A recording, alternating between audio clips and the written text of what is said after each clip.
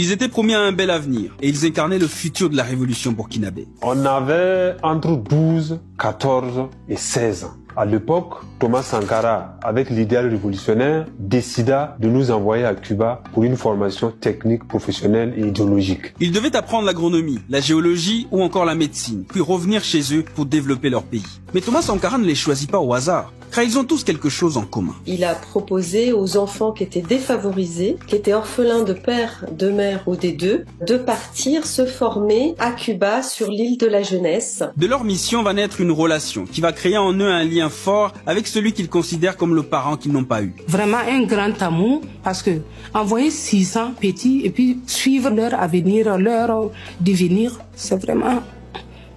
Mais les choses ne vont pas se passer comme prévu. Une fois à Cuba, ils apprennent la mort de celui qui les avait envoyés. En assassinant leur père, on a brisé leurs rêves. C'est l'unique journée que j'ai enregistrée comme la journée la plus triste de ma vie. Ouais. C'était dur. Plus de 3 décennies après la mort de Thomas Sankara, que sont devenus les héritiers de la révolution? Il a fallu à la réalisatrice Géraldine Berger 3 ans pour les retrouver. Ils n'avaient jamais témoigné, ils étaient restés dans l'ombre. C'était absolument terrible. Elle réalise alors un film qu'elle intitule Les orphelins de Sankara, dans lequel elle raconte leur histoire. Une histoire qui remonte à 1986. Thomas Sankara est arrivé au pouvoir en 83. Il a visité Cuba et donc on lui a proposé ces bourses internationales. 600 enfants du primaire issus des campagnes du Burkina Faso sont choisis. Stanislas Damiba en faisait partie. On était issus des familles défavorisées, orphelins de surcroît. Thomas Sankara était un père et demeurait un père comme nous l'appelons aujourd'hui, notre père spirituel. Leur mission était claire, aller apprendre un métier et revenir consolider la révolution. Il faut dire que à ce moment, il y a une émulation extraordinaire dans tout le pays et jusque dans les campagnes, du monde des adultes et des enfants aussi. En les choisissant jeunes et en les envoyant à Cuba, Thomas Sankara ne veut pas seulement former des techniciens. Il veut surtout pérenniser la révolution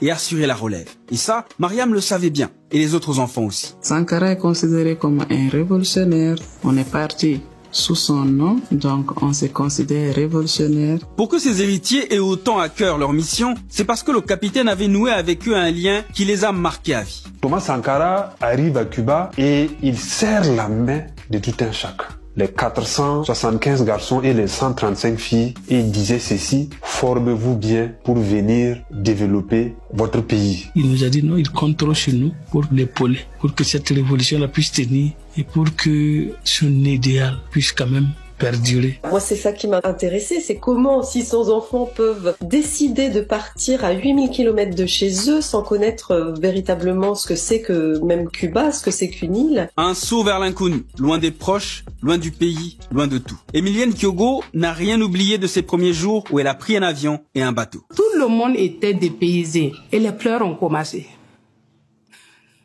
C'est là qu'on a réalisé que vraiment, on était loin de la famille. Tout était à remettre à zéro. Donc ça, c'est des souvenirs que je ne peux pas oublier. Même la première nuit que j'ai passée dans cette école, l'odeur même du drap, du matelas. Une fois sur l'île de la jeunesse, ils doivent s'adapter à un environnement nouveau, se soumettre aux règlements stricts de l'école, apprendre à cultiver des champs. Pour beaucoup, l'adaptation est très difficile. Au début, ils avaient des difficultés pour boire le lait. Parce que le lait, je sentais une odeur qui ne me permettait pas de boire. Tout ça, c'est parce que j'étais un nouveau venu dans le système. Mais il y a aussi la barrière de la langue qu'ils ne comprennent pas et qu'il faut apprendre au plus vite. L'espagnol nous faisait rire. On s'est posé la question, ça c'est quelle langue ça? Mais on a trouvé que c'était merveilleux. Mais dès les premiers jours, quand même, on avait des soucis. Parce qu'on est descendu, on ne connaît personne. Aux difficultés d'adaptation va s'ajouter une tragédie. L'assassinat du père de la révolution burkinabé le 15 octobre 1987, moins d'1 an après leur arrivée à Cuba.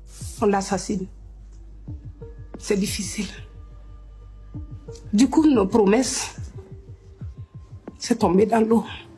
On ne voulait pas nous dire d'une manière officielle qu'il est mort suite à ce coup d'État. Ouais. C'était dur. C'était dur et puis on était impuissants. Impuissants parce que d'abord on était loin. Deuxièmement, on ne savait pas quoi faire. La mort de Thomas Sankara sonne le glas de leurs rêves. La pire déception pour Stanislas et ses camarades. Tout ce que nous aurions dû avoir comme bourse, comme formation, était carrément anéanti. Et cet idéal révolutionnaire-là était assassiné tout simplement à l'œuf et nous avec. Le nouveau gouvernement de Blaise Compaoré décide de réduire leur cycle de formation et supprime leur bourse. Pour ces 600 enfants, c'était un véritable drame. Quid de leur avenir, de leur destin, effectivement, ça a été absolument terrible. Une fois leur père et sa révolution liquidés par Blaise Compaoré, les enfants de Sankara se sont trouvés abandonnés et livrés à eux-mêmes.